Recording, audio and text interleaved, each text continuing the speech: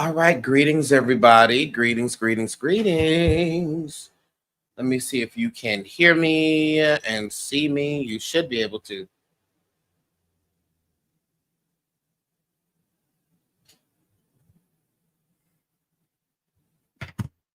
Can you see me? Can you hear me? Greetings, greetings. Hi.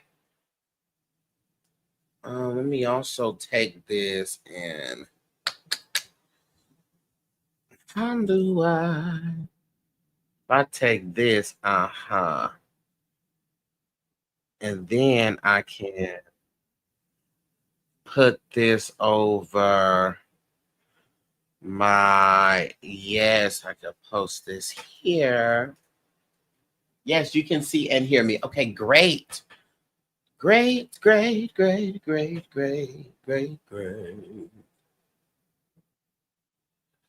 How is everyone doing today? You know, we had some people talked about yesterday being a 999 portal. It was actually a quadruple 9 portal. Did we get to do some releasings and things?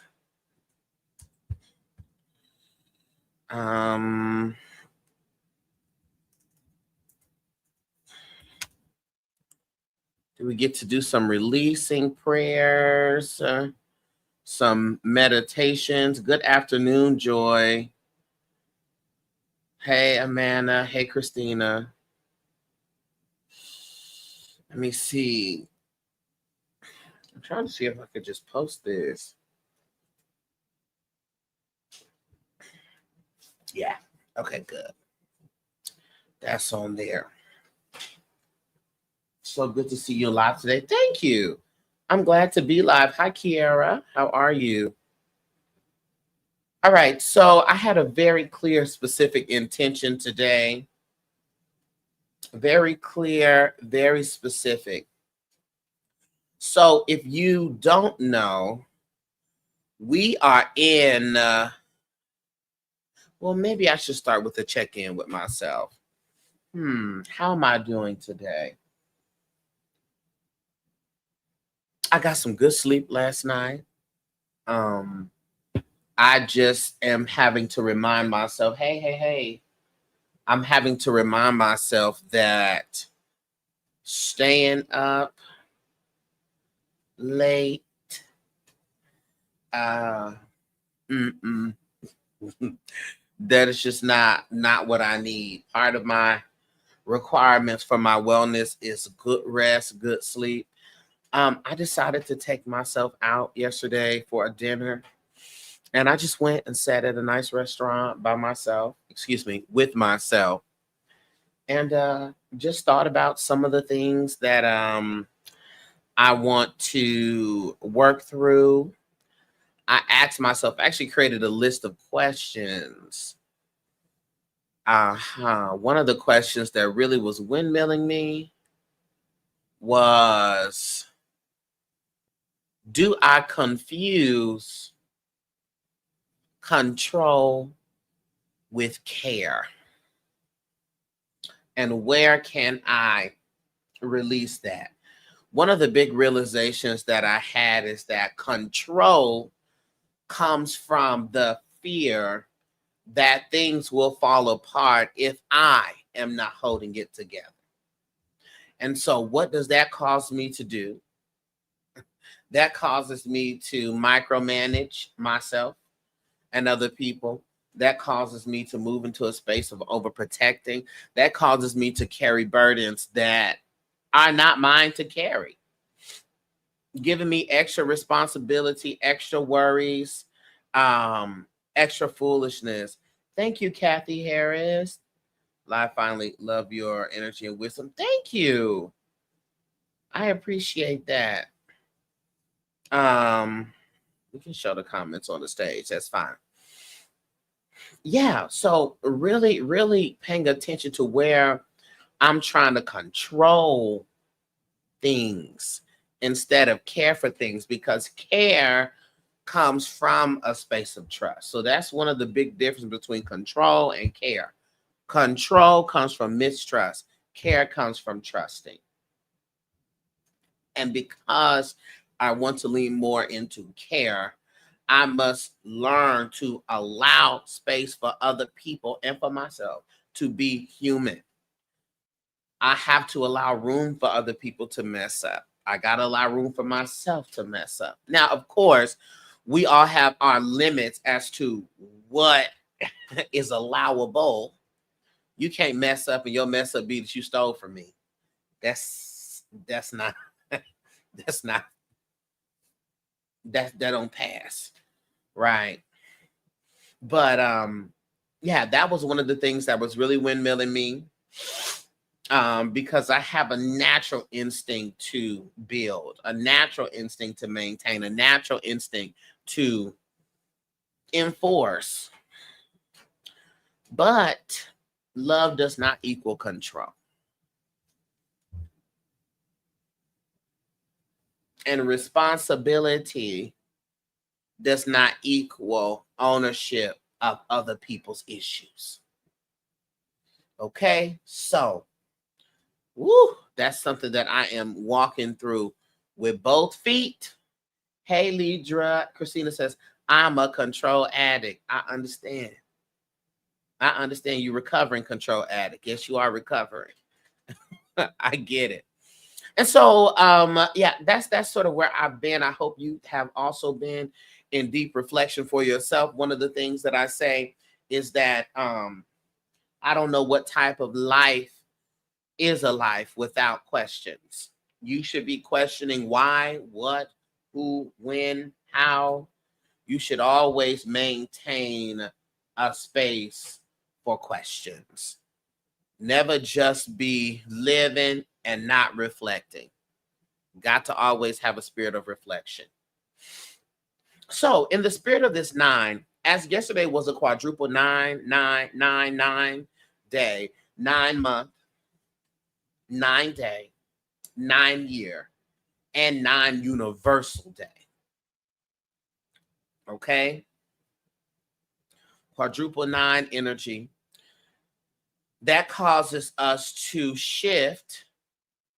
And then this month, this day, this becomes a 9191 day.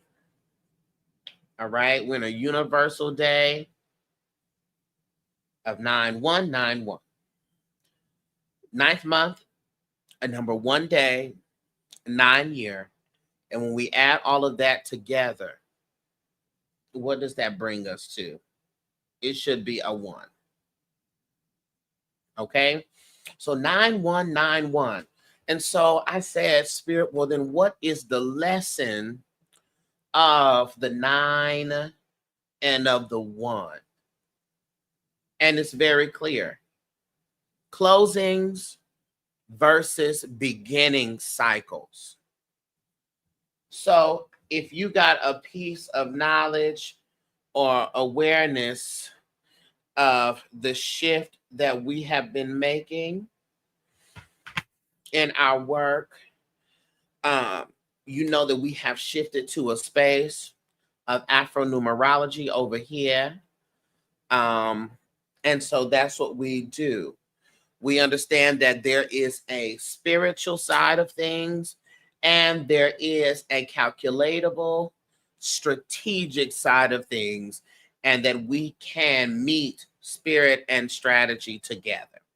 So 9, you've been hearing about 9 nonstop this year. 9 always shows up when something has run its course. When something has run its course, here comes the 9. When a structure has been structuring for so long and the structure ain't really structuring like it's supposed to structure, here comes 9. It does not mean that it is a bad thing or that the thing itself was bad. It means that the thing, the situation, the relationship is complete. The way of being is complete. The way of thinking is complete. It means that you have learned the lesson. It means that you have harvested the fruit. And now Spirit is asking or saying the season, that season has met completion. That's it. Now, some of the times, dare I say most of the time, the experience of the 9 is not all that great, because the thing that needs to come to an end, the Spirit has been telling you it needs to come to an end way before you come to the 9. The 9 makes the end unavoidable. Okay? The 9 forces the end. For example, if you don't want to break up with this person, like the Spirit been telling you to break up, if you didn't want to end this job and get another job, like the Spirit's been telling you, 9 connected to the Orisha Oya of transformation and change. 9 will bring chaos to force the change. Chaos will ensue to force the change. So I need you to know that chaos is sacred.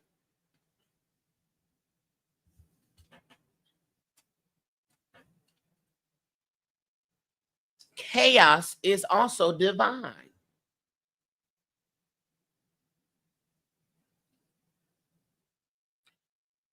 As we are growing in our decolonizing, our deconstructing,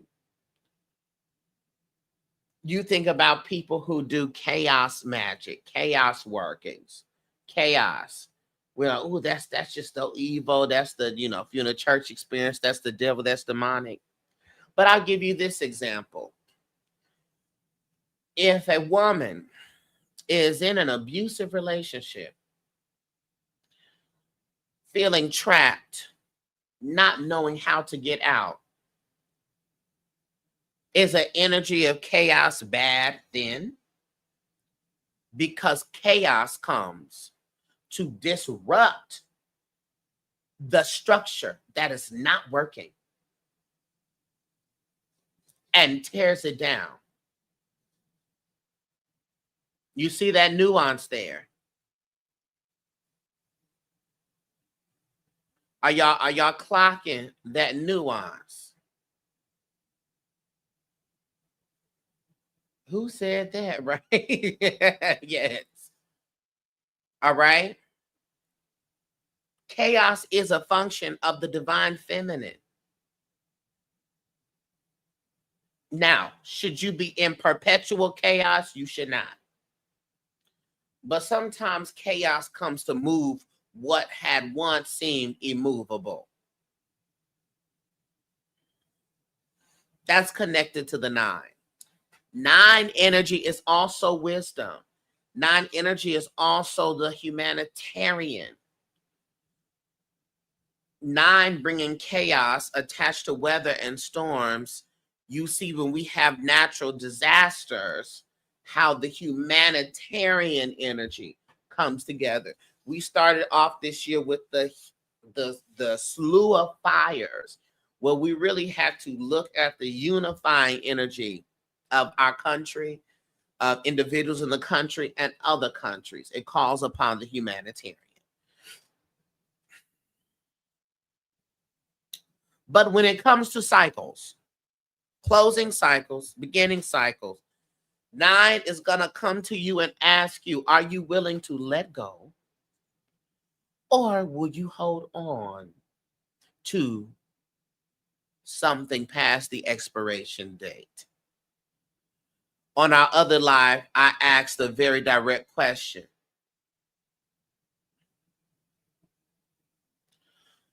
Centered around what dead thing are you carrying around pretending as though it is alive? 9 is going to ask you that question. We also have at play the number 1.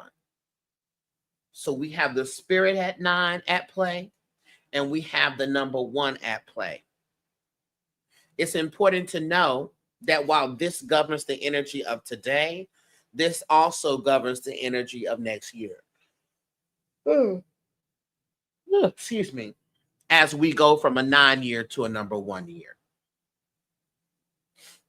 Number 1 is the exact opposite of 9. Number 1 is raw, it's fresh. 9 can also be raw. But number 1 is fresh. It is untapped energy. It is initiation. It is leadership. It is creation.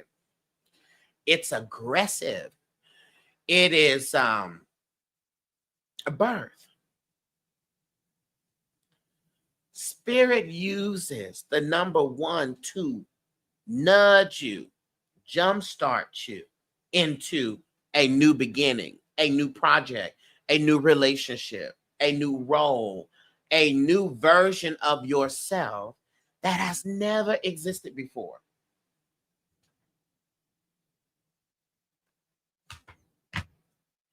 That's number 1. A lot of times when we think about a new start, a new beginning, we're like, oh my God, we immediately jump to abundance. We immediately do this. We immediately like, okay, we're going to go to this. But let me explain this to you. Number 1 also comes to ask you, and how about this? Prove to you that you can stand alone. Number 1 comes to show you what you are made of. So number 1 barges through that number 9 energy and strips away any distractions so that you can truly see what you as you are made of and capable of. So 1 is going to ask you, are you brave enough to begin?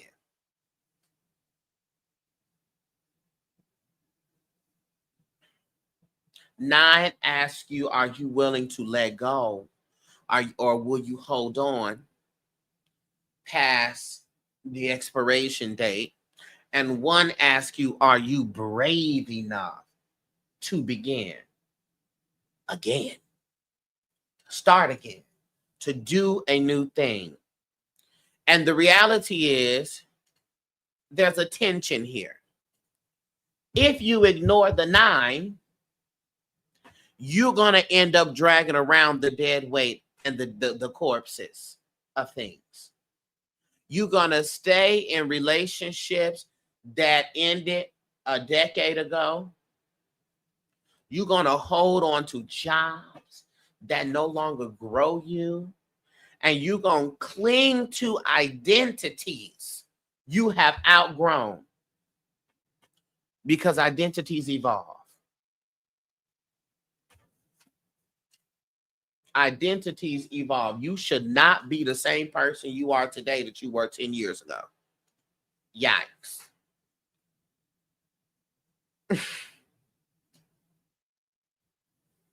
That's how stagnation and how bitterness and burnout creep in, because you were supposed to be gone a long time ago. You needed to be called out today. Very good. Were you in the right place? You are in the right place.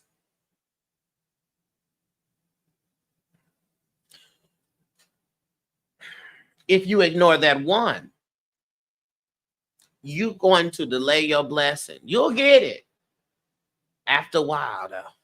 After a long while. Because you're going to have to wait for that cycle to come back again. Opportunities pass you by. Doors close. Ideas shrivel up because you didn't step forward when the spirit whispered to you to go. Mm-hmm. And you want to know what that builds? If not following the 9 builds stagnation, if not following the 9 builds bitterness and burnout, you know what? Not following the 1 builds regret. Regret. It builds that up in your spirit.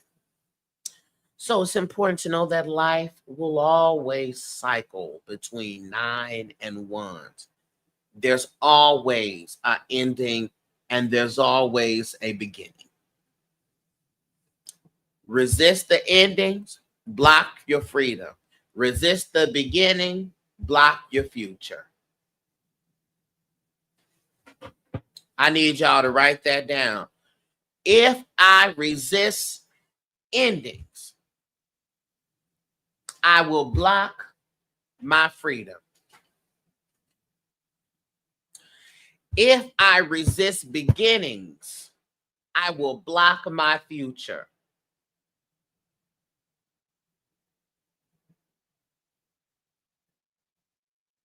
The sacred art here is to learn when spirit is saying to let go, close this chapter. And when spirit is saying, step into the next one. And let me tell you this, if you are waiting on the feeling of want to come over you, you don't always want to put an end to this relationship. You don't always want to put an ending to this job, this connection, this move. You don't always want to do it. So don't be sitting here waiting, knowing you need to end this, stop this. You're like, well, I'm waiting till the feeling hits me. You're waiting till the feeling hits you. Hey, Roadrunner Jay, how you been doing? I have been well. If you are waiting for you to want to end, you already got the instruction. And most of the feeling you're waiting on is body bound. Hi, Jessara, how are you? The feeling that we're waiting on is body bound.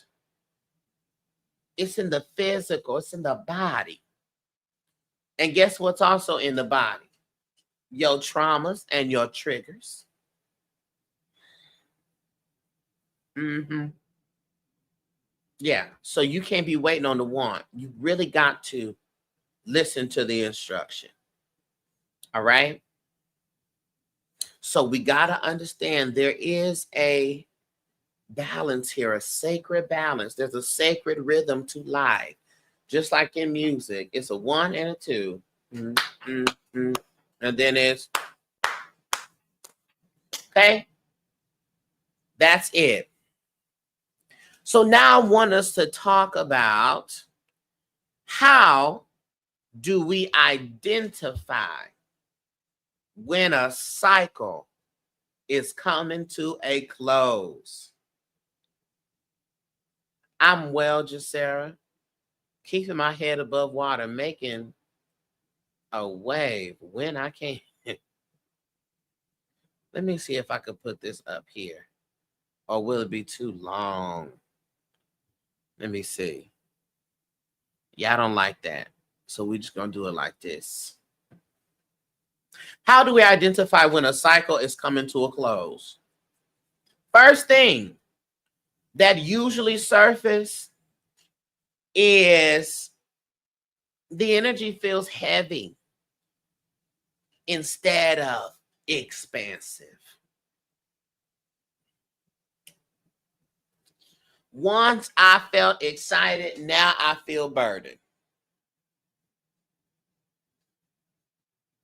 I'm dreading showing up. When there was at a time that this fed my joy, this fed my excitement, this fed my spirit, but now It's not adding anything to me. It's not adding things to my spirit. It's draining my spirit. That spirit saying, you may have gotten everything that you need to get from this. The exchange is complete. Clock that. When the exchange is complete, you will start to feel drained. Are y'all hearing that? Hey, Roy, peace. Are y'all hearing that? I have given all that I need to give, and they have given, it has given, the thing has given us back everything it can give.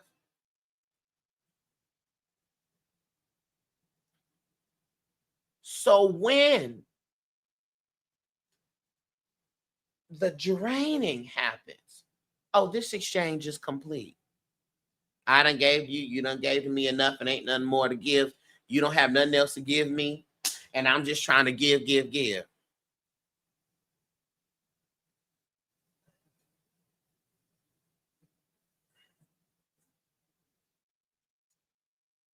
We're going to get to that, Amanda. We're going to get to it. All right? That's one of the symptoms, one of the signs that, you know what, this cycle is coming to a close.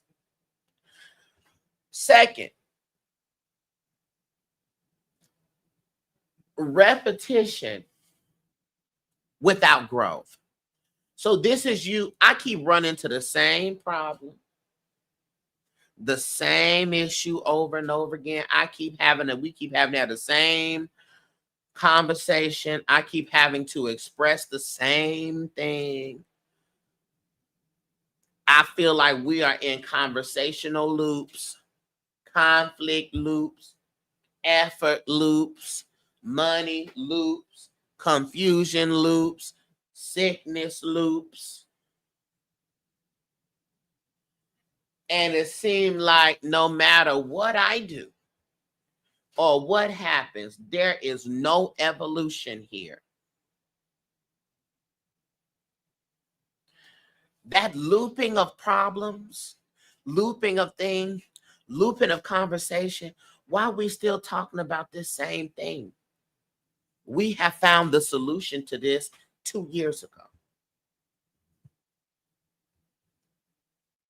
That looping is a karmic sign that the cycle is already complete, but you are refusing to close the book. That's when you have to say, am I the drama? Yes, it's you. It's you. So you are looping yourself and getting caught up in a karmic dust storm because you are refusing.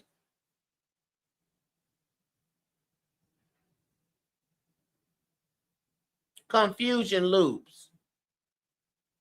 Makes sense, then you confused again. A little bit more sense, then we back confused. No. This has come to the end. Here's another thing. So the first thing we said was what? If it feels heavy and it doesn't feel expansive. The second thing we said is there is a repetition. Oh, I almost bit my tongue. Wait a minute. Hold on, tongue. Hold on. There is a repetition without growth.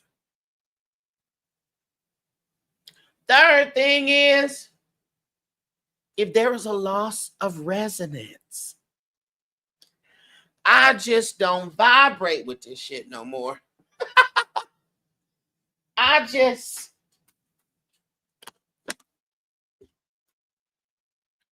can't rock with this.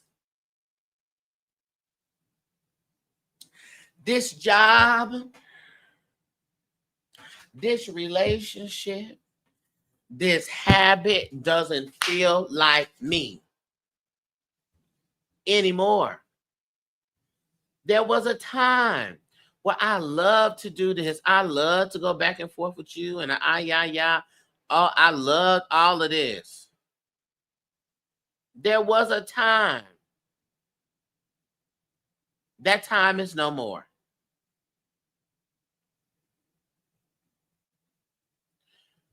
The job, the relationship, you see yourself, you notice yourself outgrowing it. Have you ever put on some shoes, tried to put on some shoes that how about this? Have you ever tried to put on clothes that you know don't fit anymore, whether it's because you've gained weight or you've expanded your territory, or whether you have downsized, and you just look crazy? I'm walking up in here like I'm still this size, and I'm not. And I'm uncomfortable. I'm tucking my shirt down and pulling and doing all this stuff. When you don't have that resonance anymore, your spirit is shifting identity.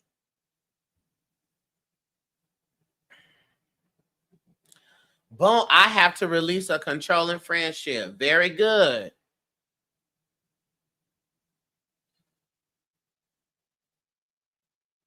Exactly. Very good. You know you do. I don't resonate with you no more, baby. I don't resonate with this job. I don't resonate with this thing here. But we try to make the shoe fit when it does not. You know you got a size 12 wide. Why is you trying to put your foot in this dainty little 9? You know you got a wide foot.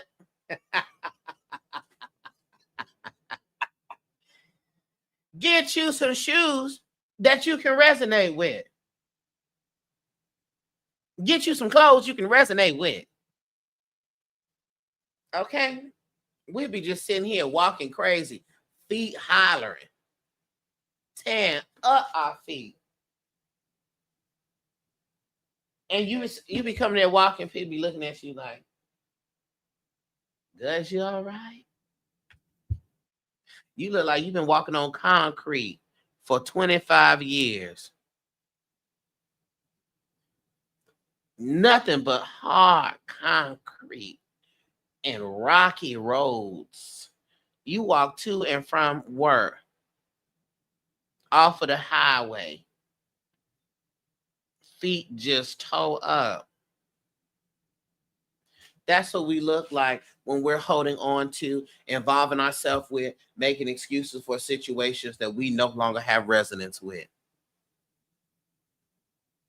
Now, this is another thing. I really want you to get somebody specific in your mind. I want you to think about somebody, some connection. Think about this. Another symptom of a cycle coming to a close is blockages. Closed doors and blockages. Soon as you get with this person, your money gets strange. Soon as you get back friends with this person, or your opportunities close up, suddenly things don't move forward. You making calls, applying for things.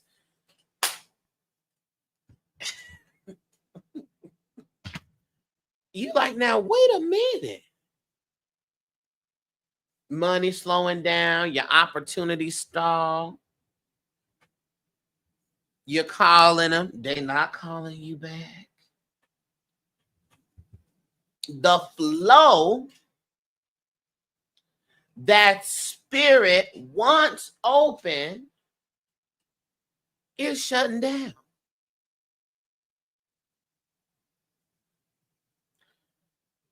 And this is the trick, the trap, the trick bag, the flim flam the Tom and Jerry that we get ourselves caught in.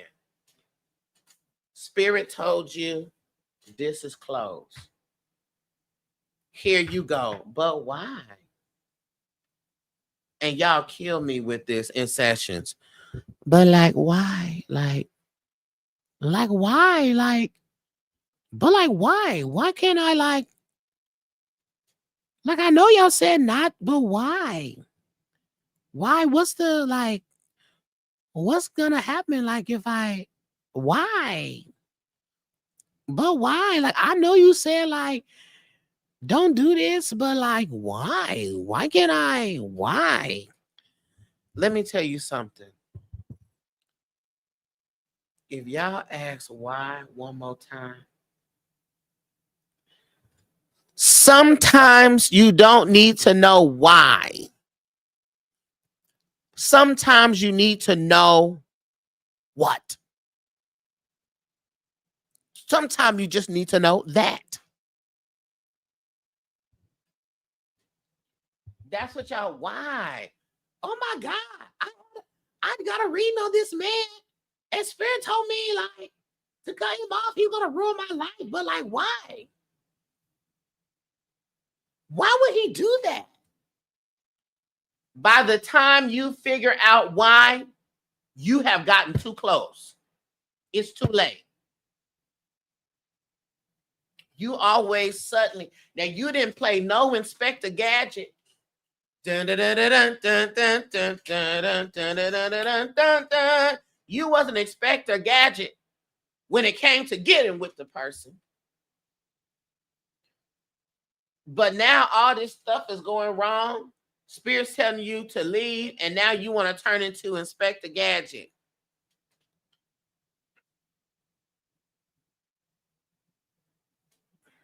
Now you want to know why this, why that, what? No. Sometimes you just need to know that.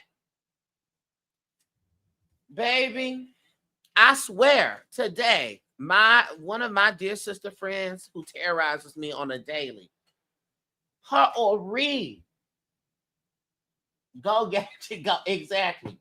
Her Ori told her, don't do this. She tried to do it anyway.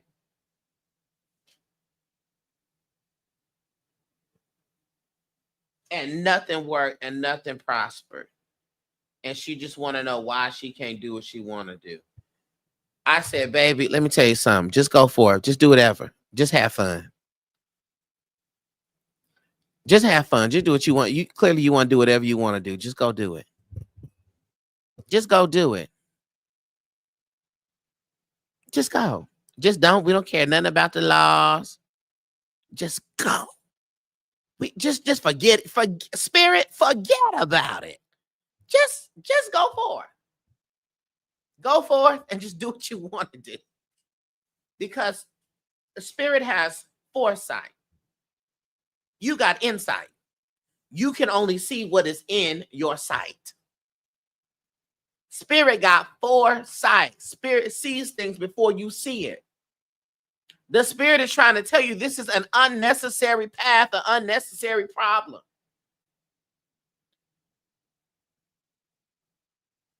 And here's my question.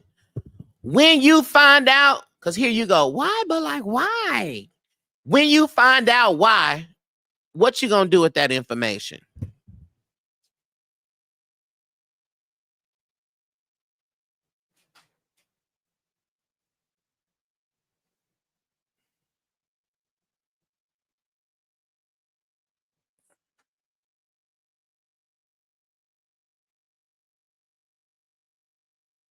What are you gonna do with that information?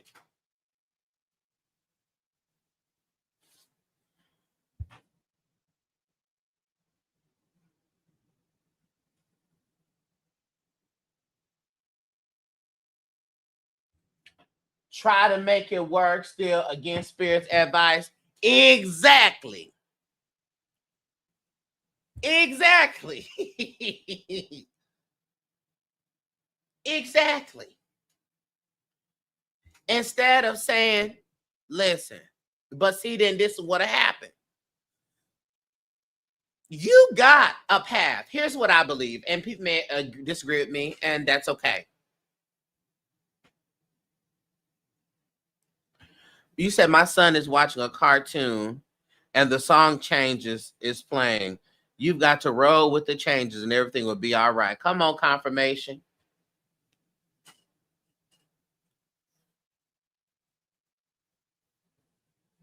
What do you say?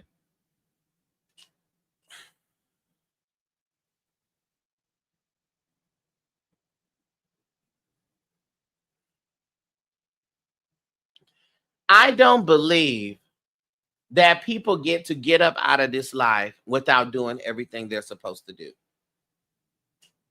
Sorry to all the karmic girlies. I just think that if you're gonna do it,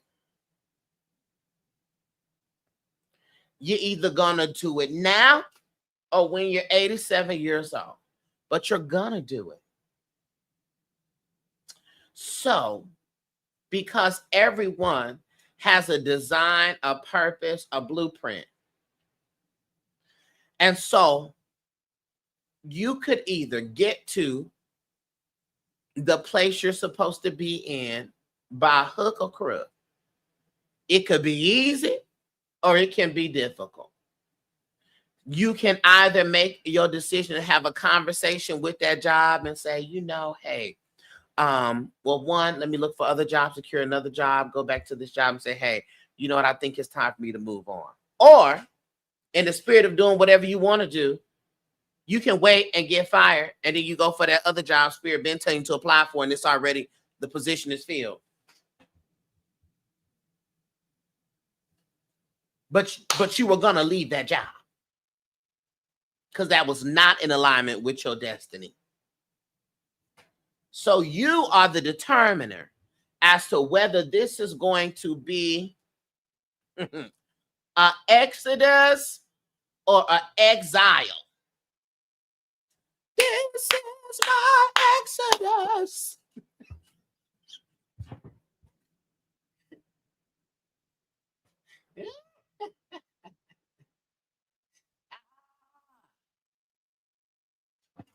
This is my exodus. This is my. Okay. So that 9 energy will come through like a flood and shut the door on purpose. Quick, fast, cause the chaos, mess the shit up.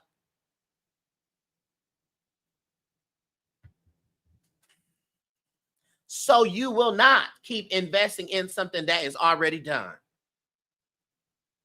I'll choose Exodus for what'd you say, for 1,000, Alex? I know that's right. That's how you know. Couple of more things of how to know that the cycle is coming to a close. There's an inner restlessness. There is a internal discomfort. You feel uneasy. You feel irritable. You are itchy. So every time I just come over, I just start itching. Okay? You feel uneasy in a space that you used to love. And there's also a small, quiet, still voice that comes in and says, this ain't it. This ain't it. But here you go. But like, my friends are here and like, I love them. I love them. I love all of the, like, but I like going to this a coffee shop right over there. And then like, it's easy. I'm already. But you know, there's a feeling in you that says, this ain't it, y'all.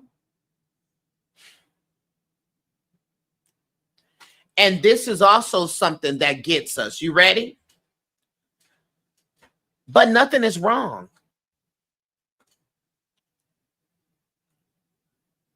Nothing's happened yet. There's nothing's wrong. Here's the thing. Spirit is preventative. That's what you got to know. Spirit is preventative.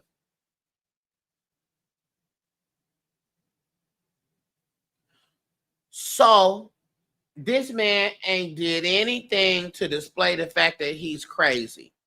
Yet you got a feeling in your spirit, like there's something that's not right here. That's all you need to know.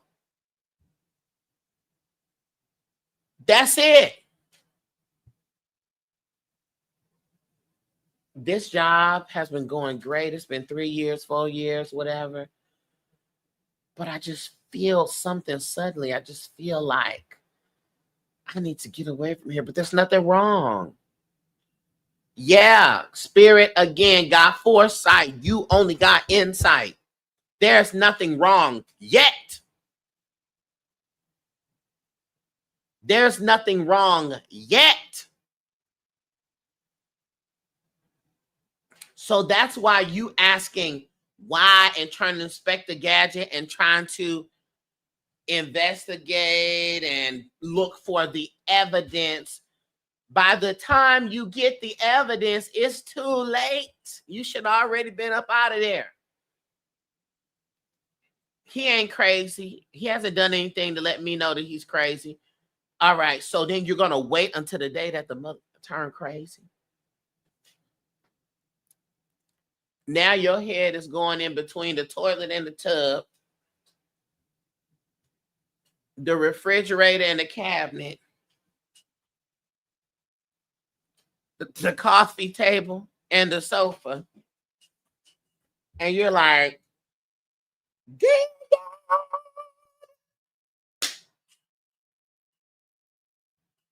I have faith that we could have bypassed all of that. Get your head.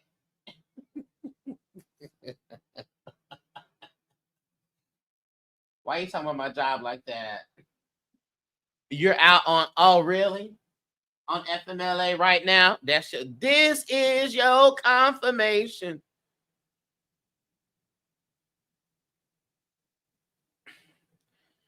And now I'm sitting there looking at you. Both your eyes swole up. Bank account empty.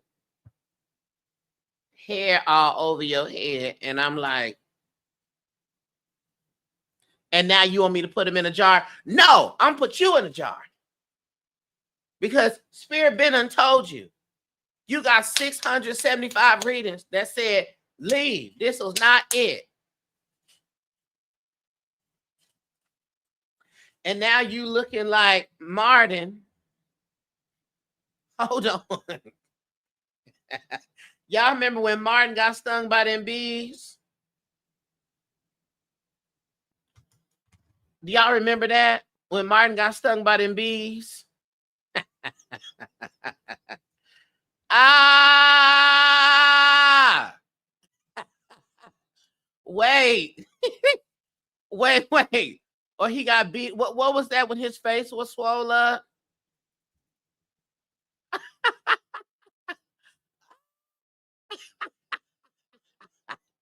Wait a minute.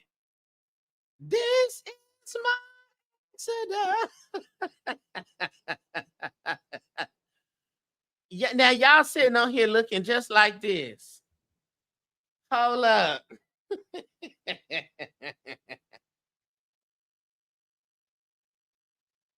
Oh, he got knocked, he got beat up. Yes. Now this.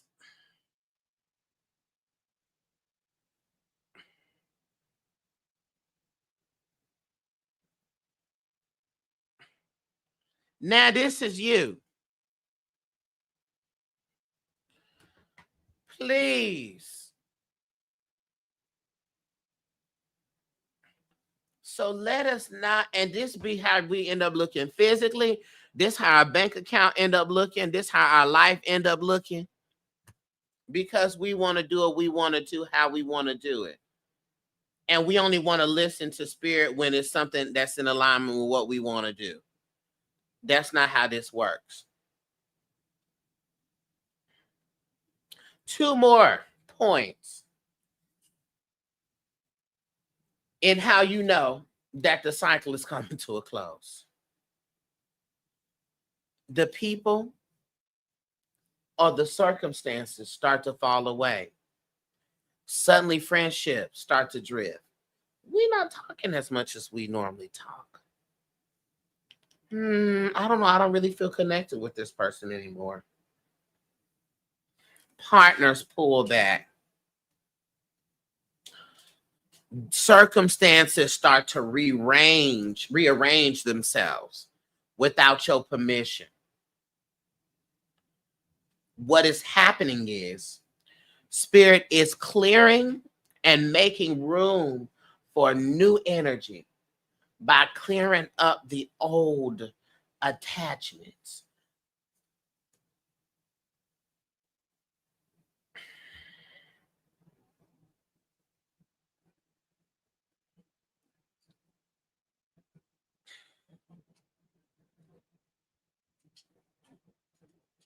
That's a clear indication. Last indication. You get confirmation through spirit. You get the dreams. Hello, good afternoon. Numbers, the synchronicities keep pointing to endings. You see 9s, you see doors closing.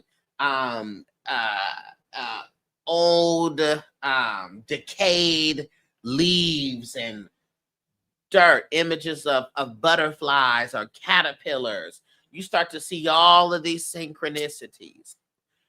You also keep hearing repeated messages through readings, through songs, through random conversations. The spirit won't stop reminding you.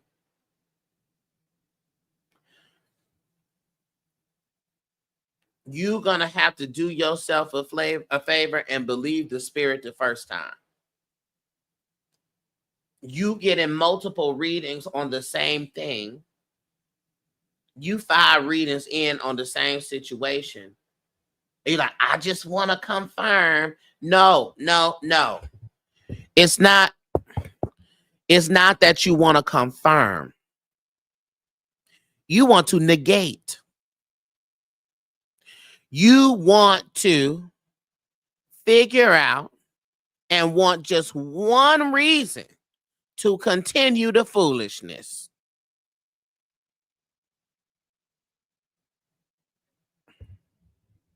That's why you need 500 confirmations. You got 1, you got 2. And you only are asking about this because you already feel it. What's the word?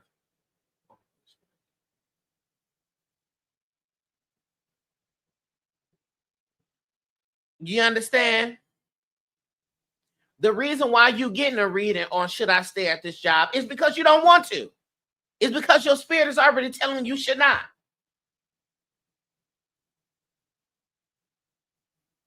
That there's something that's supposed to shift. So that's that.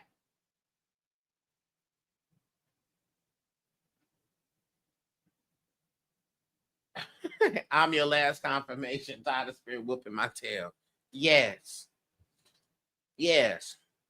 We begin 15 readings because we want to find a reading that aligns with what we want. A good mother does not give you everything you want. A good mother gives you everything that you need.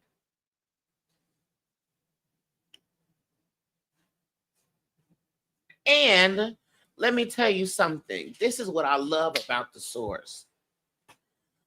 This is what I love about creation. If it's true in nature. The mother starts to develop milk in her breast before the baby even knows that it needs it.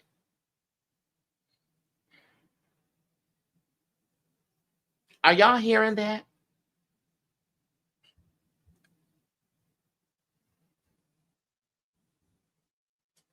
The mother starts to develop milk in her breast before the baby even knows that it needs it.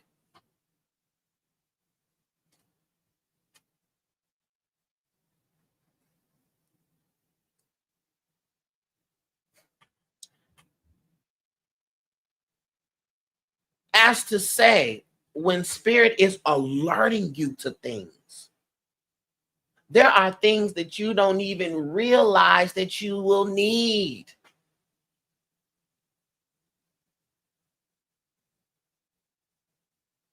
You think you want this, but the spirit, the mother, knows what it is that you need.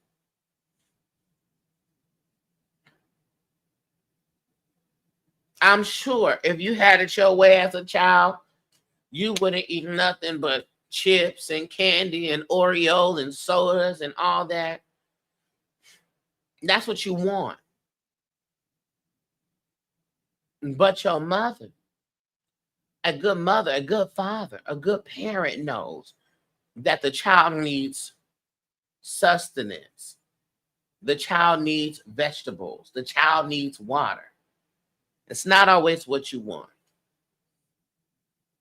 So trust spirit the first time. If you want to get a second confirmation, that's fine. But when you on your 9th reading about this relationship, you a fool. Sorry. Because all 8 of them done said the same thing. And clearly, nothing in your life or in that situation has changed for you to stop getting readings. And listen, we all been fools.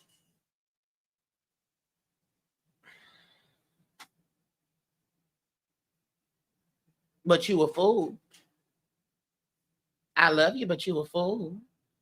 So can we stop being fools?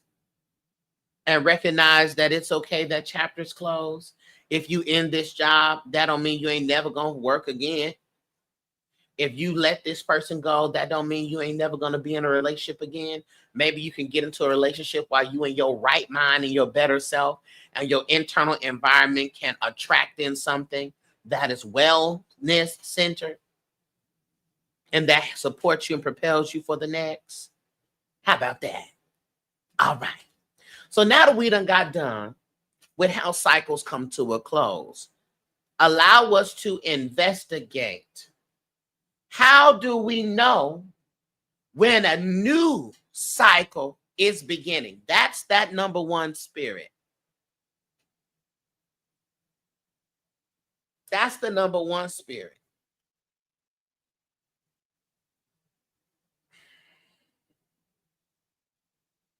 How do we know? How can we identify when a new cycle is beginning? Number 1,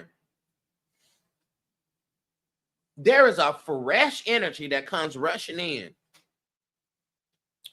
You getting bursts of inspiration out of nowhere, even if you don't know what to do with it yet. You feel inspired. You wake up, your waking up feels lighter. Your spirit feels curious again. That curiosity. Again, you don't know what everything is for and why everything is this or why is that. That's okay.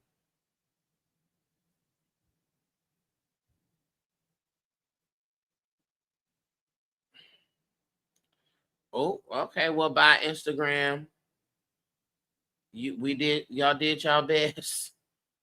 Okay. You getting ideas, you getting visions, you getting creative urges, all of that starts bubbling up. That's that new start, new beginning, new cycle energy rising up.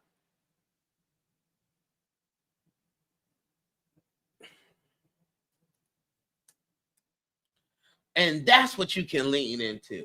That's when you can start asking why. Why do I feel like this? Let me investigate this curiosity, this new feeling, not investigating the dead thing.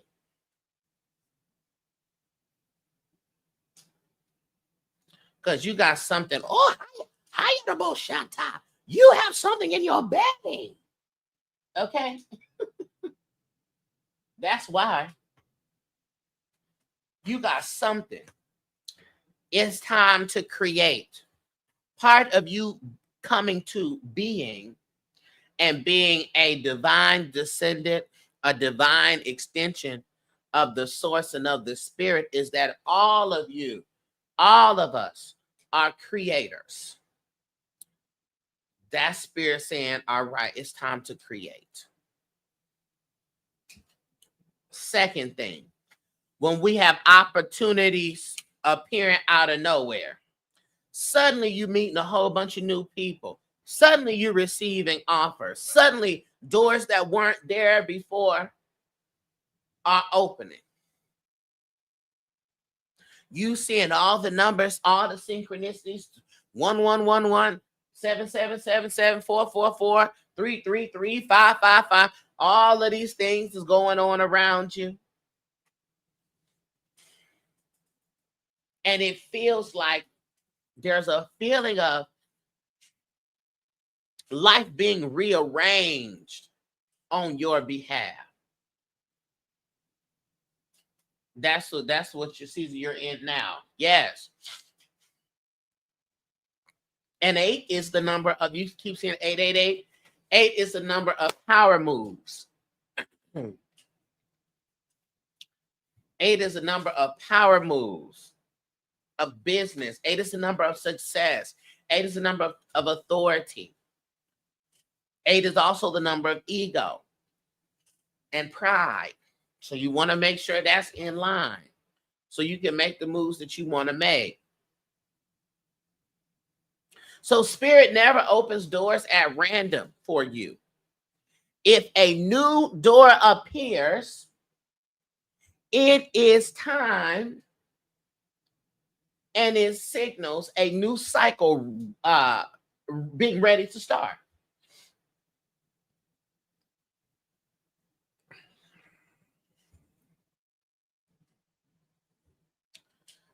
Another thing is you get a feeling to step forward. You sense that suddenly I feel like I need to lead something. I need to speak. I need to try something.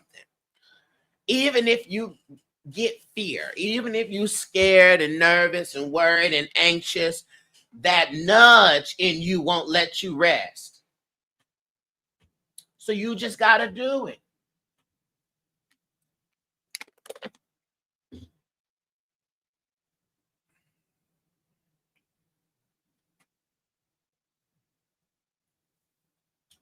Come on.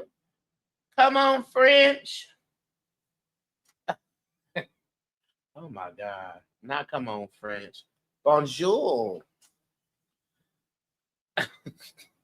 This is a Black queer experience going on here. Come on, Creole. I love that. Oh, I know you. It's hard to see things with the this background I done chose up here. How are you? Listen, get the ballroom scene together. Okay. I love all of your stuff.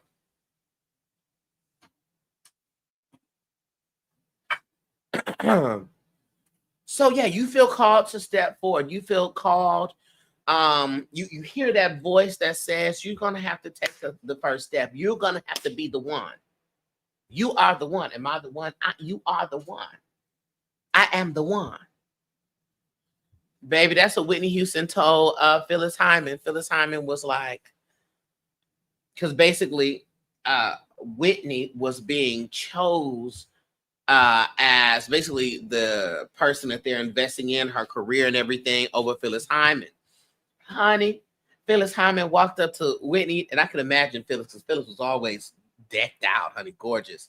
tall woman, broad shoulder, but she had them shoulder pads. And she told her, she said, so you are the one. Baby Whitney turned and looked at her and said, I am the one. I am the one.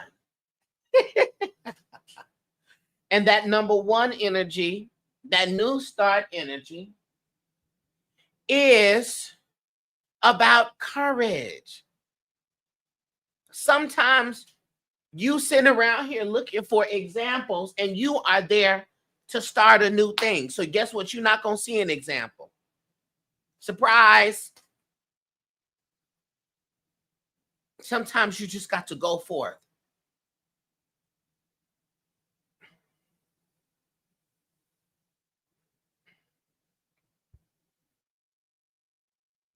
Sometimes you just got to go for it. Another cue that there is a new cycle that is ready to start. Your old desires start to fade. What you used to like, what you used to crave doing, it just don't pull you anymore. Maybe you used to be a club goer. You used to love to go out and drink and party and stuff to this. And now sometimes we call it, oh, maybe I'm getting too old. No, you're just ready for a new cycle. That was old. Now clock that at 100 miles per hour. That thing was old. You're not getting old. That has gotten old. And so you're ready for a new speed, a new path, a new thing.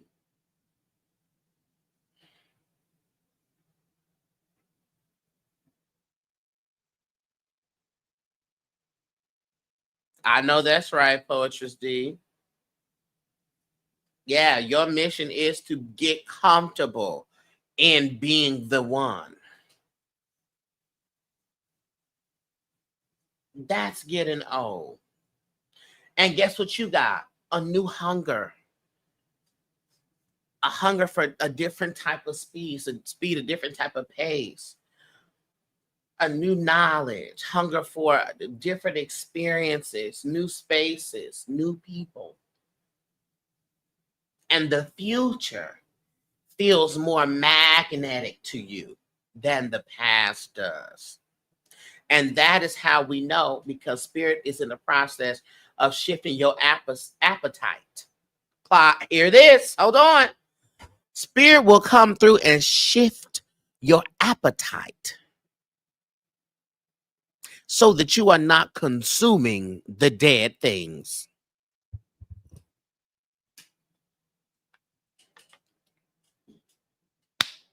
Spirit will shift your appetite so you are not clinging and consuming the dead things. You're great at storytelling. No wonder you're on stage. Thank you. I can tell a story for real. All right.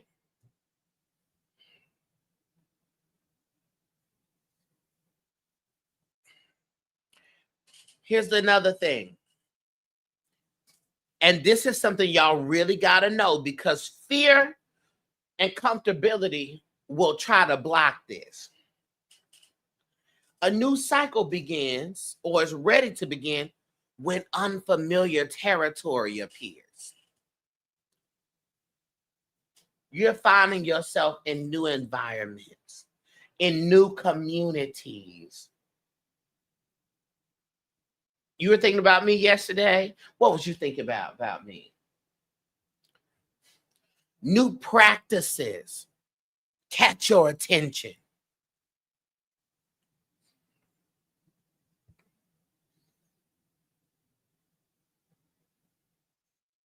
Unfamiliar territory is an indication of a new cycle.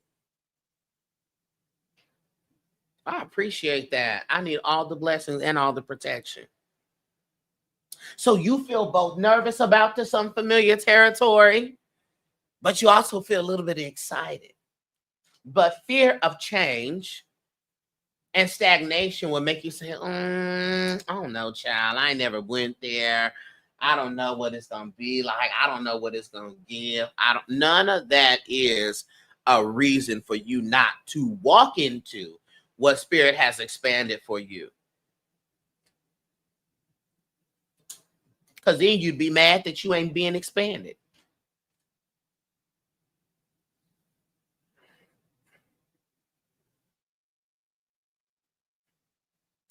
Moved to Dallas after years of, I'm not going to Texas. Now look at you. Yes. That's how you know there's a new cycle. And I want you to know the universe, we're underneath a universal 9-year. The universe is moving to a 1 next year. Do you really want to be late and tired and in opposition to the universe? Out of all the flows and rivers and streams, thank you so much. Get that, Zoe. Thank you. Or Zoe. Thank you. Do you really want to be in opposition to the universe? Everything is moving to, is going to be underneath the umbrella of this one energy next year. Everything. Be late to the party, but don't be late to the universe, please. That's why so much stuff has been coming to a close and to an end.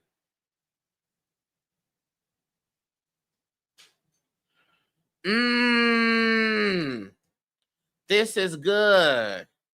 Tima said, I appreciate this message.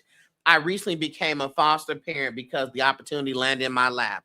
And I'm ready to walk away from it all because it was unfamiliar. Exactly. But that is the sign that you're ready for a new start. We should be seeing endings and new things coming in. But, and let me tell you this one thing. Are you ready? If you were not ready, the Spirit wouldn't have brought it.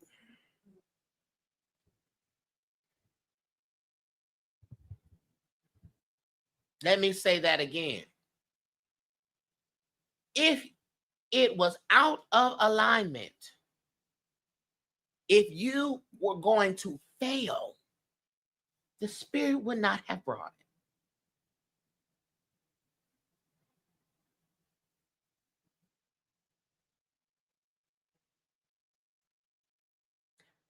For the Spirit to bring you something that you're going to fail at, that is the Spirit sabotaging itself. That's the universe working against itself.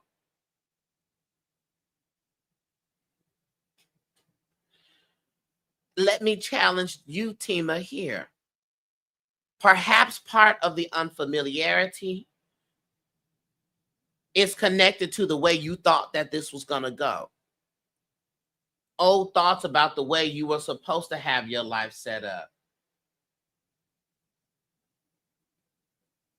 I'm auditioning for a new TV show and scared, but Spirit told me I better do it. As you should. As you should. Man, this is such a good word. Yes, for sure.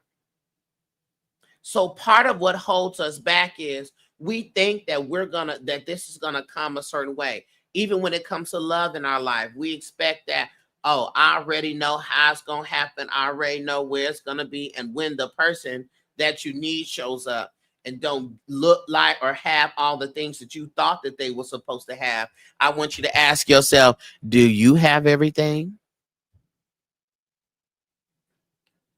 No. Half of the stuff you want the other people to have, you ain't got. Damn God.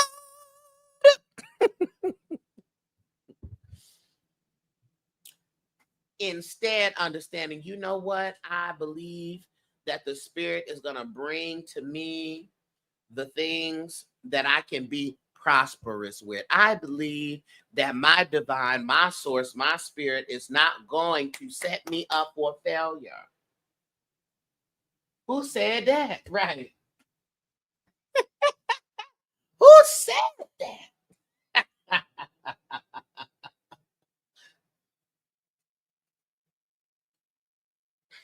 So accept the unfamiliar territory, because the unfamiliar territory is the evidence of your expansion, of your growth, of, you know what, maybe I have been doing the work. That's the evidence. If all you got is familiar territory, where is the growth at? And I'll tell you one thing: everything living evolves. And if you're not evolving, you are playing dead. All right. 2 more points. 2 more points before we shift this thing a bit.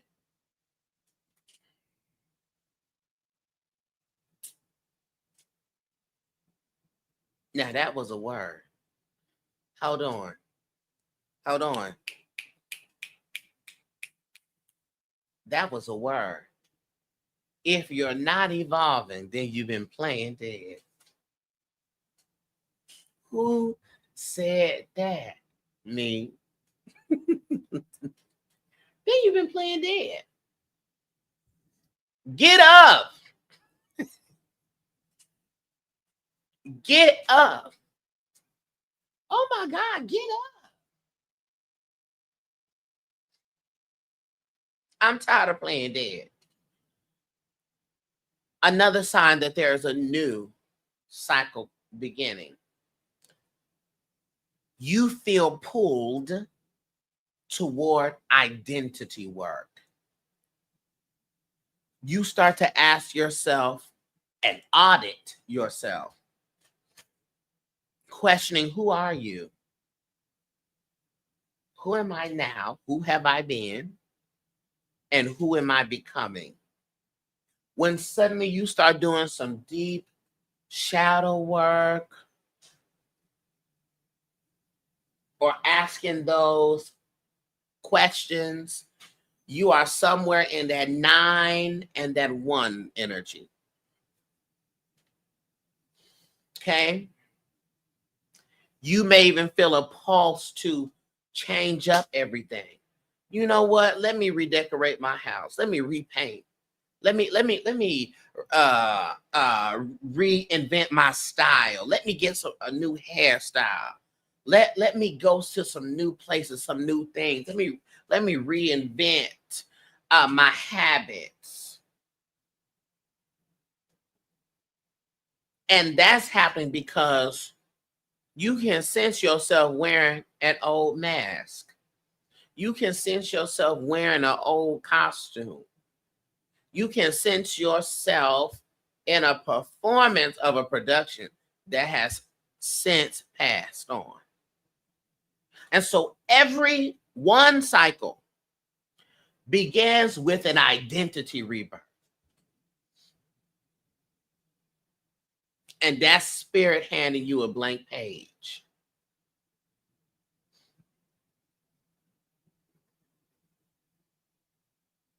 All right? So that's very important. And I think I want to press forward here to this next section of things that I want to discuss. This section speaks of how do we audit and rebirth our identity? How do we audit and rebirth our identity?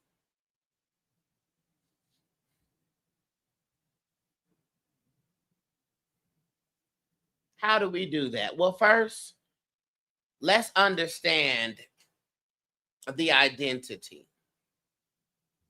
Let's understand the identity. Are y'all still with me?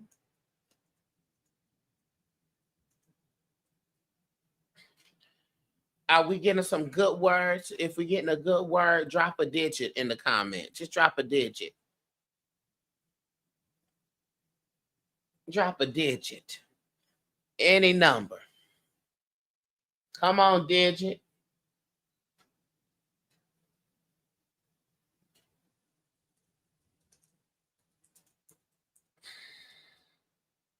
Thank you. I see y'all.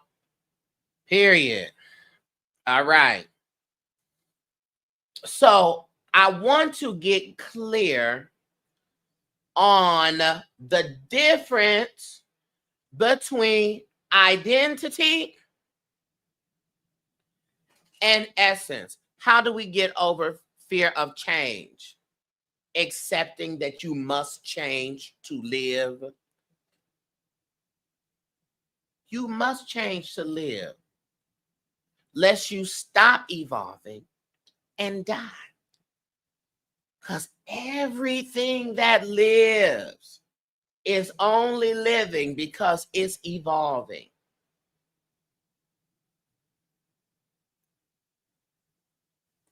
And also know that the change is a part of your path. This change is not something reckless that's going to lead you to the path of destruction. This change is a part of your path, Amanda. The difference between identity and essence. There's a difference. I work with a lot of clergy members, pastors, preachers, ministers, evangelists, mainly because I am a bridge point for a lot of individuals. Growing up in the church experience, being educated in the church experience, I have, and also being a Texan, a Southerner, there is a draw and a resonance with me and those who have grown up in that experience, to where I'm able to help them and navigate them and give them language that they can understand. So I work with a lot of clergy members, right? And there is a epidemic of ministers believing that what they do is who they are.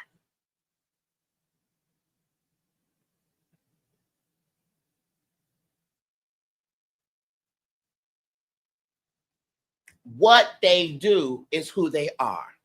So when they mess up in the role that they play, they have a full breakdown because they have bound what they do and who they are together. When the role of the pastor, that's an identity, that's a role that you play. That has nothing to do with the essence of who you are. If you can stop doing it or be removed from it, that's not your essence. Okay? So, identity versus essence. Identity is the story of who you are. Take that down. Identity is the story of who you are.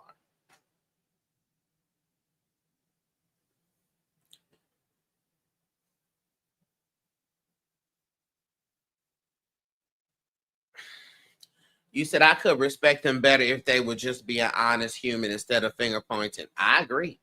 And that's why when they get into sex with me, I honestly don't know why. I understand why they book with me and they like me and stuff like that, but I calls them out. So I'm very surprised. But it is because the conditioning is that you cannot be an honest human. The condition is that you have a role to play, and that is how you live. And that's what the issue is. So your identity is the story of who you are. What do you think about today's attack on Poland? I didn't even know anything about that. I'll talk about that later. It is the roles you play. It is you as a mother, you as a son, you as an artist, you as a leader, you as it includes your choices, it includes your beliefs, it includes your cultural influences, and it also includes the mask that you wear to navigate the world. And identity can change. You may outgrow one version of yourself and step into another. At one point, you was a Christian, then you was a Hebrew Israelite. Now you are a Ianifa. Now you are, it evolves. Okay, it can change. Sometimes people stay in a particular identity all their lives, and that's also that thing. That's for them. But it can change. It is shaped by time, right? It's shaped by your experiences and the cycles that you are in.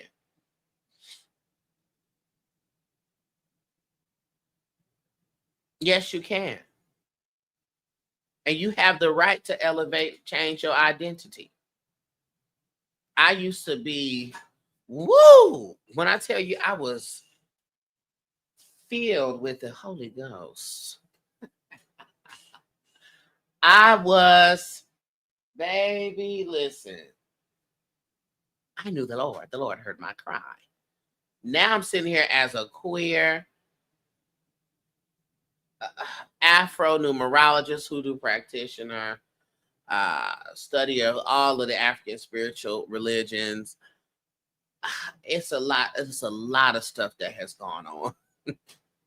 And I reserve that right. So that's identity. Essence is the truth of who you are. It is an eternal spark that is within you. It is the soul imprint that does not change.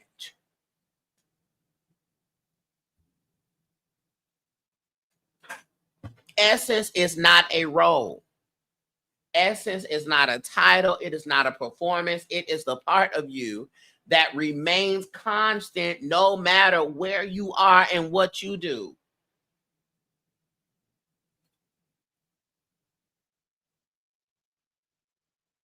Essence is spirit given.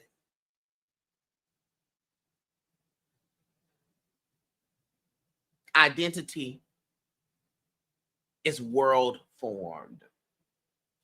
Neither is wrong or less than, but essence is your frequency. That's your divine nature. It's the you beneath the mask. All the mask. So how can we correlate this? Think about identity being the clothing and essence being the body. Think about identity as the mask and essence is the face that is under the mask. Identity shifts to help you live in this world, but essence never shifts. It just becomes more visible when you live more authentically.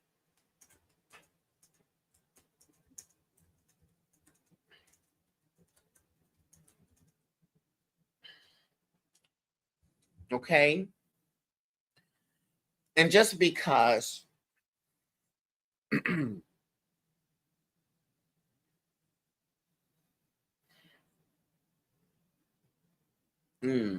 I want to touch on that or not?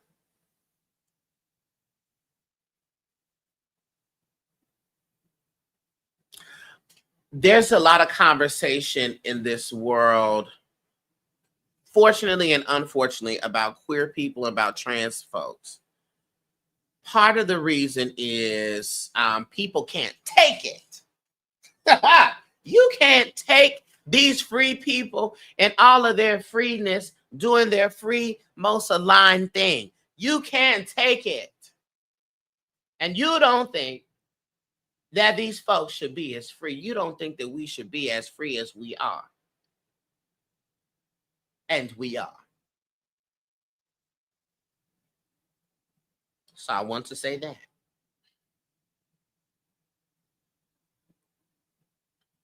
You can't take it. Hold on. I need y'all to hear that. You can't take it. So, as I said, essence is unchanging. It's the eternal spark of the soul. For queer folks, for trans people, essence holds the truth of who they are beneath the mask of who they were expected to be. Essence just is. Identity is how that essence expresses in the world. So for trans people, for queer folks, identity only shifts because the roles and the names and the presentations society handed to them never matched the essence. So I want to be clear that coming into a trans or queer identity, it's not changing who you are. It is aligning the identity with the essence. So I want to get very clear there so that folks are not taking this shifting and the choosing of identity and not being who and leading that to in the wrong way.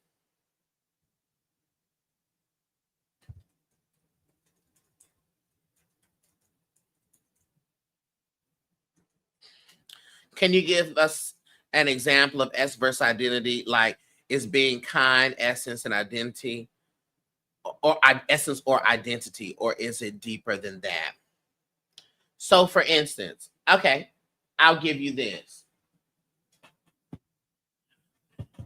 Identity. I am a teacher. I'm a director. I am a healer. That's all of that is connected to my identity. That's identity.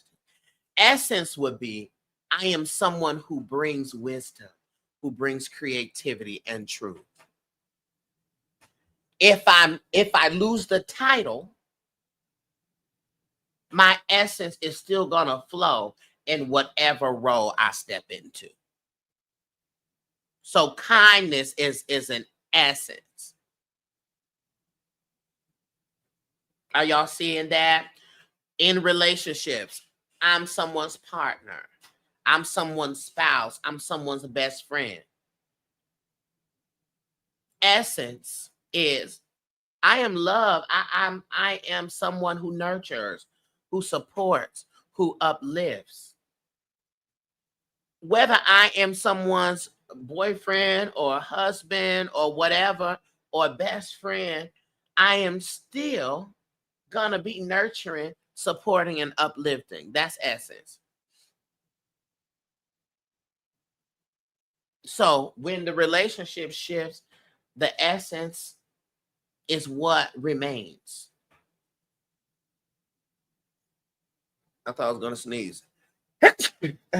Excuse me. Okay. Does that make sense?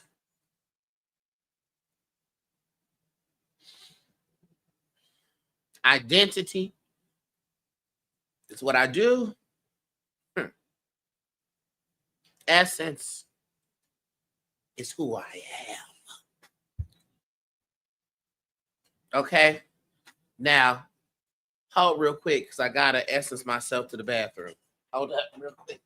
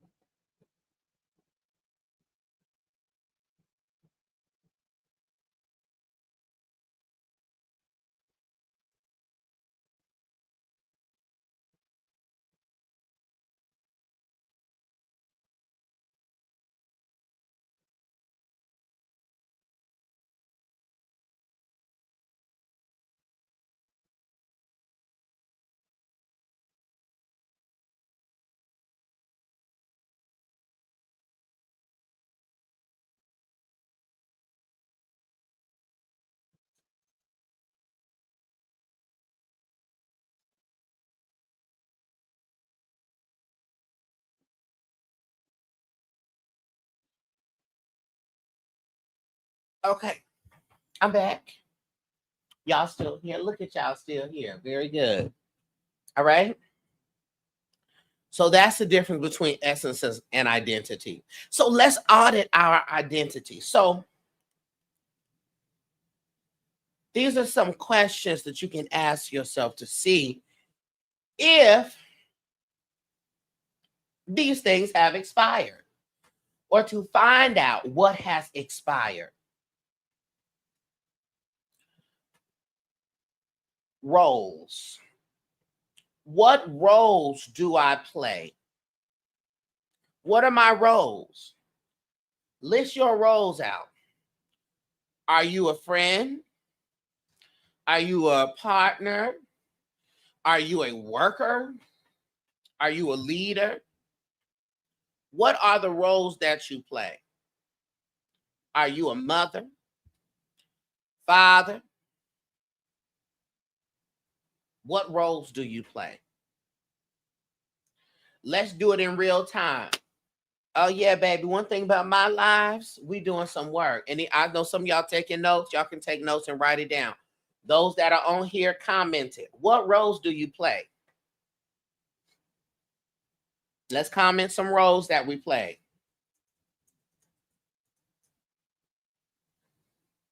Come on and make it for you. What roles do I play? Am I a son? Am I a daughter? Am I a sibling? Am I a parent? Am I a caregiver? Am I an elder?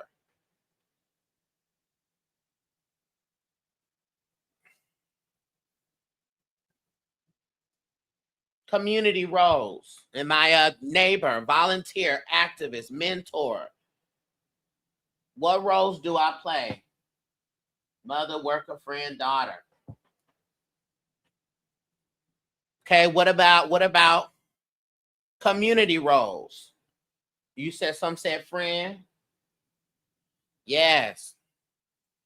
Confidant, neighbor. Are you a good neighbor? Volunteer, activist. Uh-huh. Very good. What about work roles, work and career roles? Are we a boss? Are we an employee? Are we a student, a teacher? Are we an artist? Are we a builder? Are we a healer? Are we an entrepreneur? Innovator? Author? Come on, author. Healer, seer, woman, mother, daughter, partner, healer, medium. Yes. Teacher, entrepreneur, mother, wife. Got it.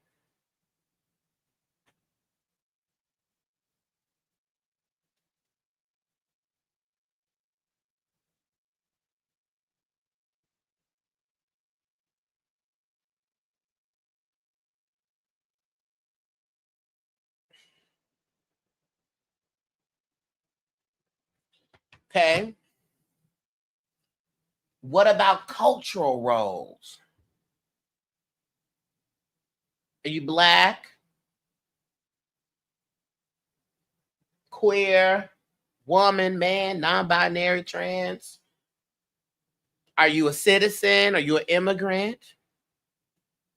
Are you a rebel? Are you a tradition keeper? Are you a storyteller? Come on, ex-wife. What about our cultural and social roles? Definitely Rhonda. See Rhonda for sure. Spicy vanilla sexual menace. Come on, period. Come on. What about our social roles?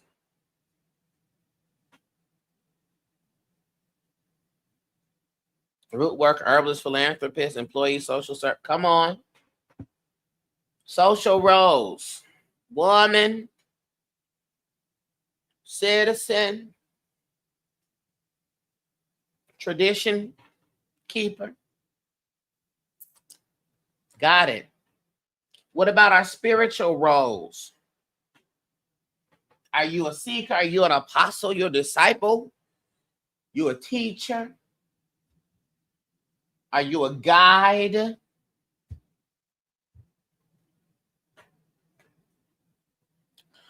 You a ancestor worker?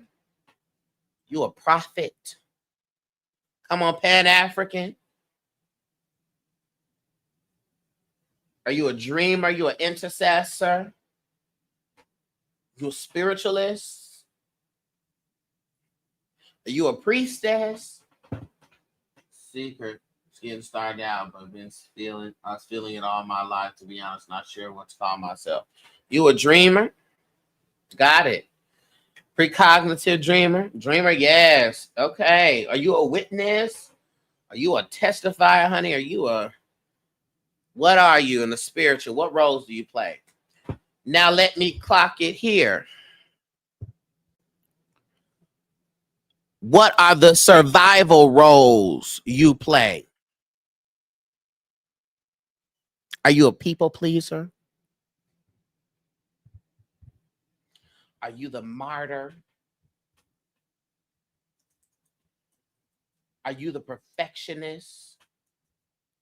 Are you the strong one? Are you the quiet one? You the fixer?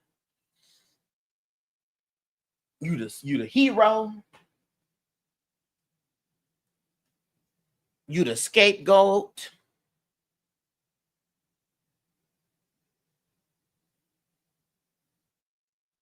You the overachiever?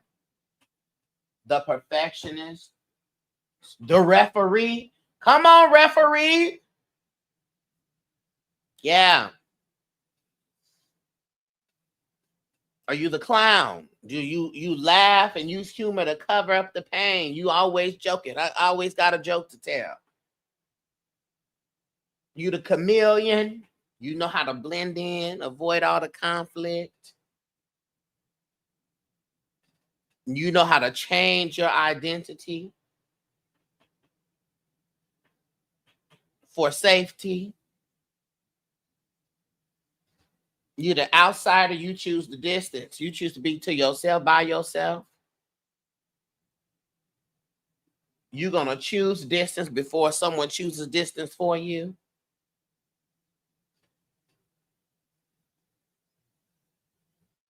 Yeah. All these are roles. Now, which roles feel authentic and which roles feel forced?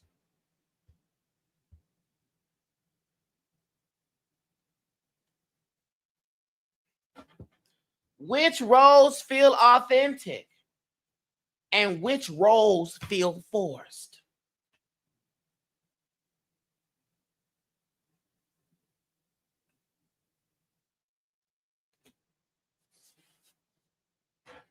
Y'all done got quiet. Hold on.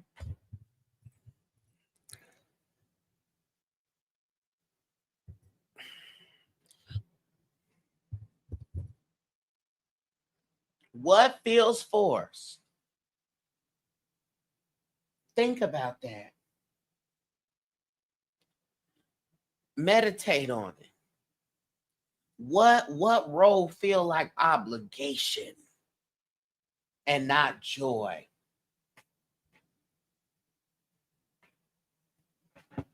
Hunka, yeah. Think about that. Now stay with me. Values. Which values are you living right now?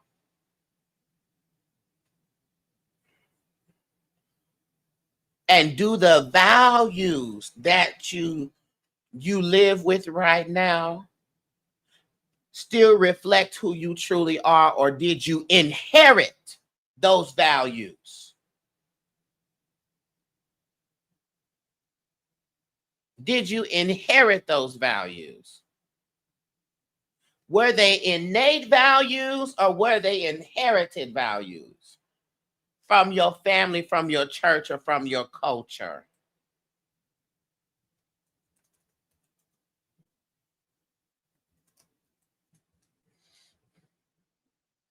Yeah. Did you inherit the family first, the loyalty above all, even at the cost of yourself? Hard work equals worth.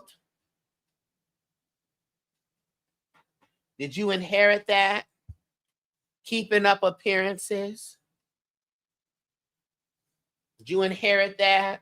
Because you got to protect the family name. Mm-hmm. What about church and religious inherited values? Obedience over questioning. Is that something you inherited? Did you inherited this idea of sacrifice, being sacred and holy? Did you inherit an idea that my suffering equals to my devotion?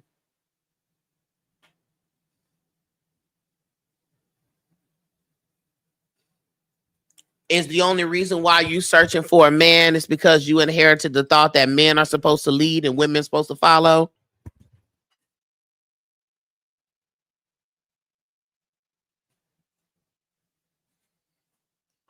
Are those the values that made you choose the type of partners? Let's be honest, because that's what's going to help you. Did you inherit the idea that success equals money and status? Did you inherit the idea that productivity defines value? Even if you wore out, tired, finna fall out, you need to do and perform and work. That beauty equals worthiness. Huh? You got to look like this. Your hair got to be like this. Your body got to be like this to be worth a thing. Did you inherit also individualism over community?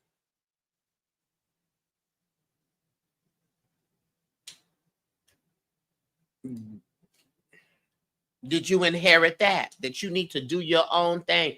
Think about yourself above everything else. I ain't saying it's right. I ain't saying it wrong. I'm just saying. Do you not have friends because everybody fake? Or do you not have friends because you are overly committed to the inherited value of being alone?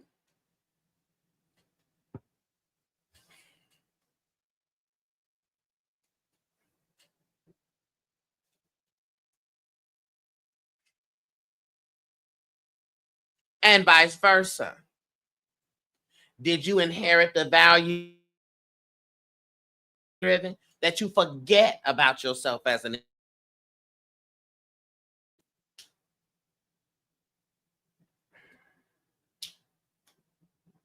Where did you learn that peace equaled quiet?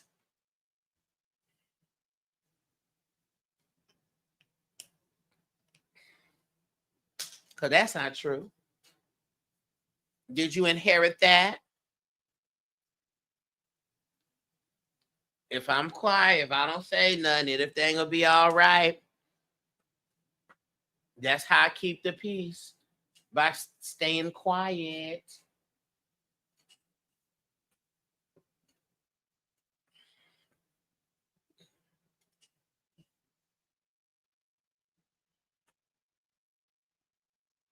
Let's talk about some chosen values: freedom, authenticity, truth, transparency, honesty, love, compassion, rest and wellness, creativity and expression, justice and equity, ancestral reverence and spiritual connection. What about of my values? How many of my values have been handed to me and I've just been holding, and not the values that I got and I selected by what I know and how my life has evolved now?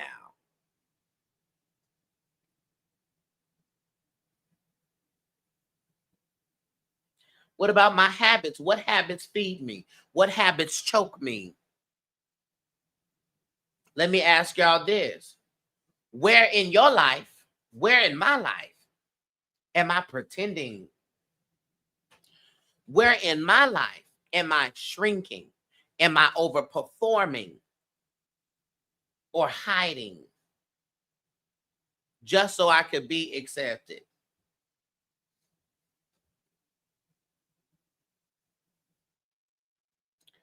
And now, does the life I live actually match the person I say I'm becoming? Damn.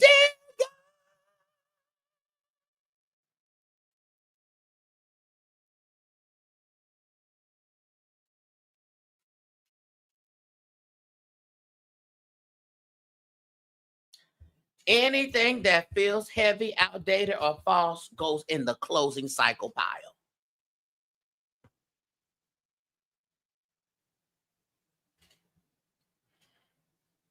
If it feels heavy, outdated, or false, it's going in the closing cycle pile.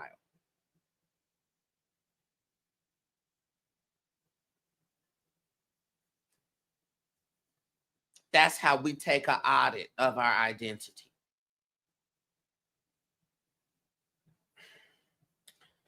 Once you've identified all of that, hey, I want you to have a funeral.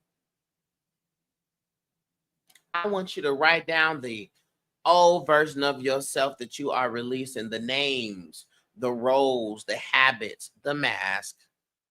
And I want you to thank them for what they taught you. Instead of being ashamed of the version of you that used your body for security, thank that version for doing what it thought it should do to keep you safe. Thank that version. Thank that version of you that taught you, strength, that taught you resilience. And if I were you, I would write it all down in ink, some non-toxic ink. Write it all down, put it in a big jar of water, let that water take all that ink away, and go somewhere in nature and pour that water out. Or pour it in running water. Let that thing flow. That's how we can clear space for that new start. And then once you have audited the old and the dead things,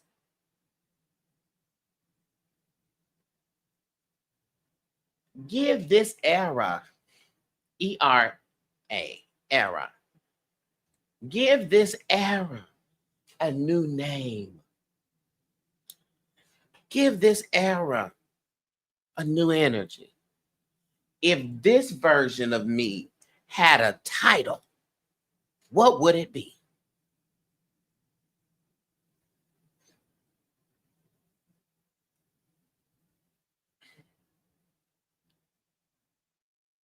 Name that era. What would it be?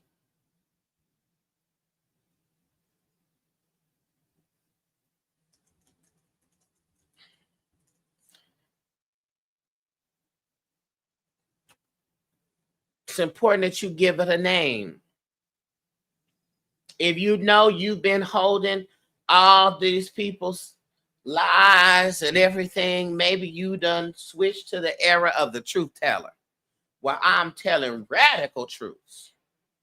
I'm the liberator now. This new era is the witness. I'm observing. Before I would overdo and overgive and get myself in situations where I didn't take the time to witness. So I'm going to witness. Maybe I'm coming on to better things. I love that. Maybe I'm choosing to be an innovator. Maybe that's this era. Come on, the fighting misfit. Hey, whatever era it is, you want to name that. Come up with some new values. What 3 words describe the new self? What 3 words describes how this new self lives? Bold, free, disciplined, kind, aware, motivated. Find 3 words. Then write down what practices is going to anchor this self. Journaling, fitness, prayer, meditation, working with your ancestors, root work. What work is going to anchor this?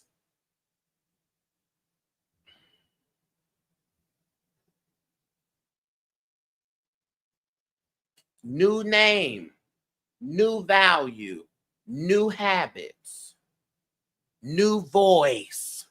How does this version of me speak to myself and to others?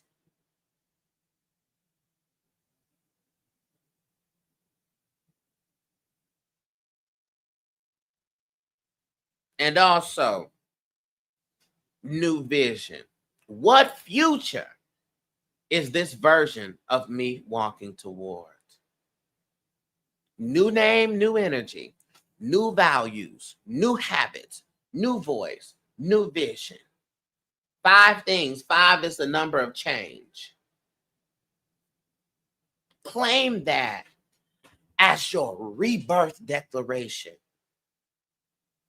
And I want you to write that down and speak that out loud daily and or as often as you can so it can become muscle memory.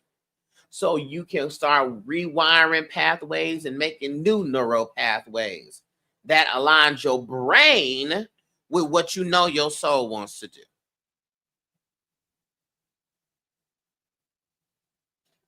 And that's how you do it.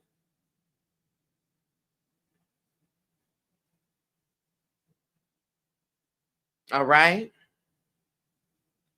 Did you get a good message today?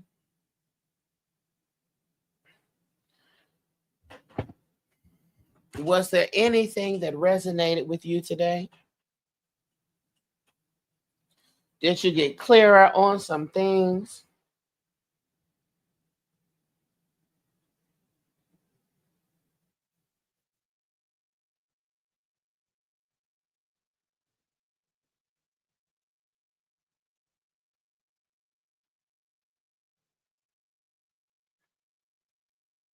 Very good. What is very important for me is that you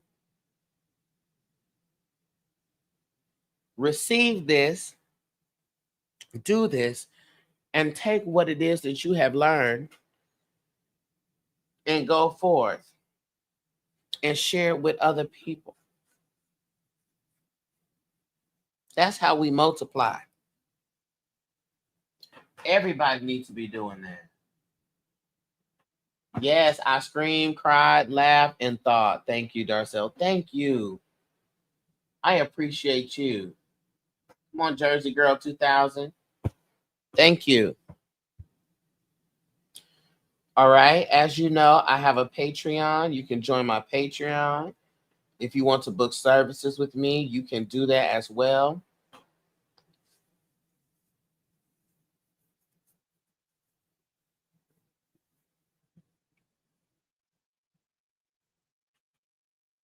You can do that.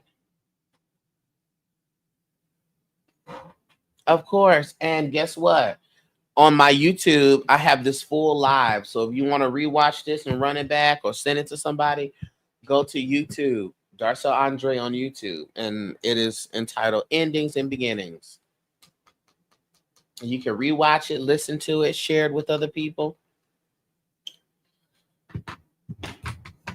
Okay.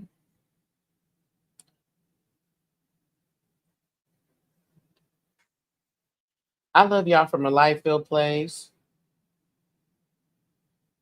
Allow us to truly go and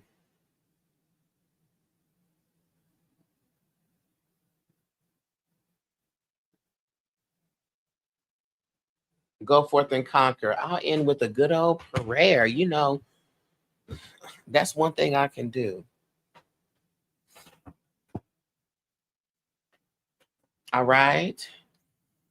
Let's take a deep breath in and breathe out. Mm-mm-mm. Deep breath in again and breathe out. Good. Third breath, deep breath in, hold it, and breathe out. Divine source, divine spirit. First, I'd like to say thank you for another chance, another day, another opportunity, another moment to get closer with ourselves and thus closer with the all. Spirit, I thank you for another chance, another opportunity to uncover, to discover, and to recover all the lost versions of ourselves, the lost power, the lost sight, the lost understanding, and to return that to us here. Spirit, I ask that you continue to help us on this self-audit journey, allowing us to discriminate what is from us and what was given to us, what we choose to keep and what we choose to give away. Spirit, I thank you for the divine insight and understanding that is going to come through the journey of our self-discovery. Spirit, I say thank you for the chance to clear out the dead things, to make way for new things. And we're grateful for the safekeeping of the new opportunities and the new blessings that come into our life. Spirit, thank you for allowing us to be us and you to be you. And all of us to be together and operate in oneness. It is the name of all that is. We say it is so, and so it is. A deep bow to everyone on here. I thank you for listening. I thank you for sharing. I thank you for operating in awareness. And I will talk to you all later. Peace, everybody.